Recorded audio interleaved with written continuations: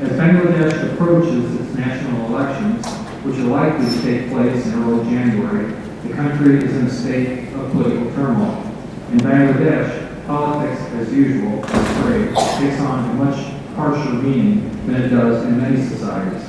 As the major political parties ramp up their campaigns, operatives utilize strikes, riots, and blockades to destabilize the country and call attention to their grievances. The same rules here. Mr. Chairman.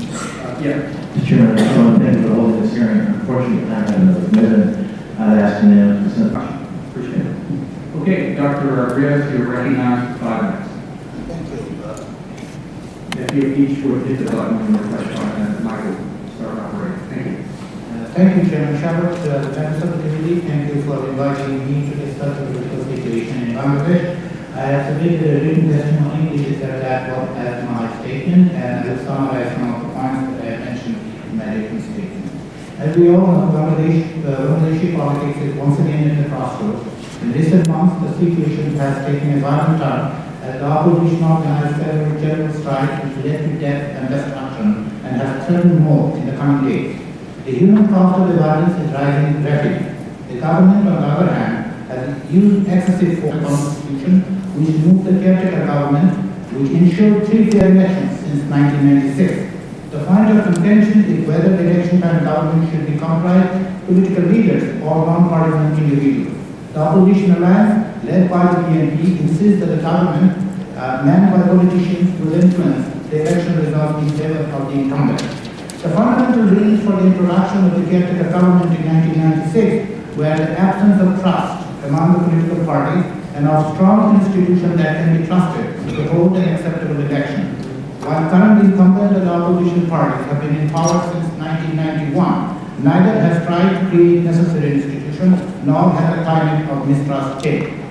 Public opinion polls in the removal of the system show an overwhelming support for a neutral caretaker government during the elections. And the second point is the importance of an inclusive election. The upcoming election is important at both domestic and regional levels with significance for the US-Bangladesh relationship. Despite transitioning the military rule in 1991, Bangladesh has not produced an inclusive, it has both inclusive election but it introduced a very significant democratic institution. One of the key issues is the International Crime Tribunal that you have mentioned. These trials of those who perpetrated genocide and committed crimes against humanity during the War of Independence in 1971. Trial the war criminal was an election promise of the Awami League. Despite some reservations about the trial process, opinion polls have shown that the majority of Bangladeshi citizens support the work of the ICT.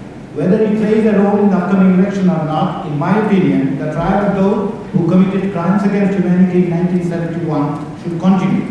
This was long overdue. Without dealing with the painful past and delivering justice, the nation won't be able to move forward. What are the future trajectories? We see 3 options at this point, 3 possible scenarios. One is a routine election participated by all parties. However, given the uncompromising positions of the ruling and the opposition party, it is an unlikely scenario at this moment. Accommodation of some of the demands of the opposition, perhaps a cabinet not headed by the incumbent PM, is the way out within the current constitutional provider. Opposition should be ready to make compromises. Number 2, an election boycotted by the opposition.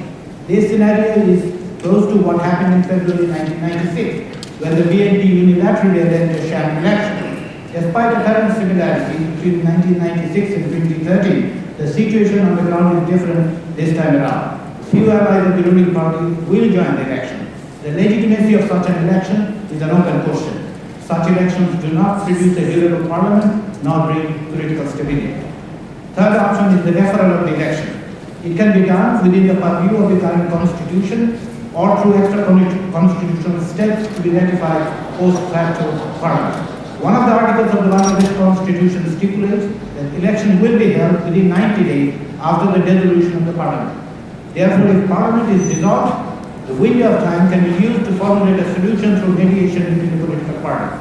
Since caretaker government issue was never placed before the public for approval, one way out could be a referendum on the issue during the extended period. A general election can follow based on the election results of the referendum. This will give all parties a sense of victory. Finally, the role of the international community. The United States and the international community can take the following steps that I will recommend. Number one, instead of focusing on elections every 5 years as tension escalates, the United States should emphasize on the quality of democracy. Concrete action steps should be laid out to be followed by the political parties. For adherence to each step, the country should be rewarded with benefits that help the entire population or the most productive sectors of the country.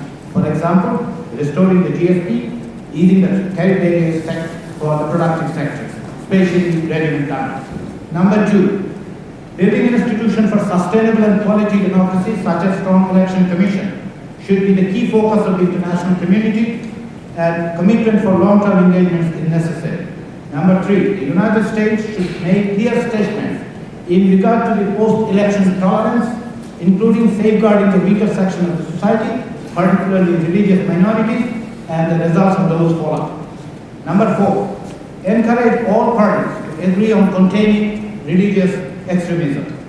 Number five, the international community should neither franchise its responsibilities to regional powers, nor should the regional powers be excluded from this international effort.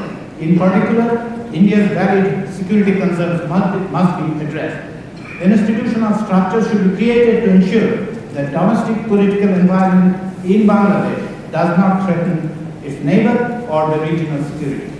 The present political crisis in Bangladesh can be turned into an opportunity to build a stable, democratic, prosperous country. Economic and social achievements of recent decades show that citizens are capable of taking steps in the right direction.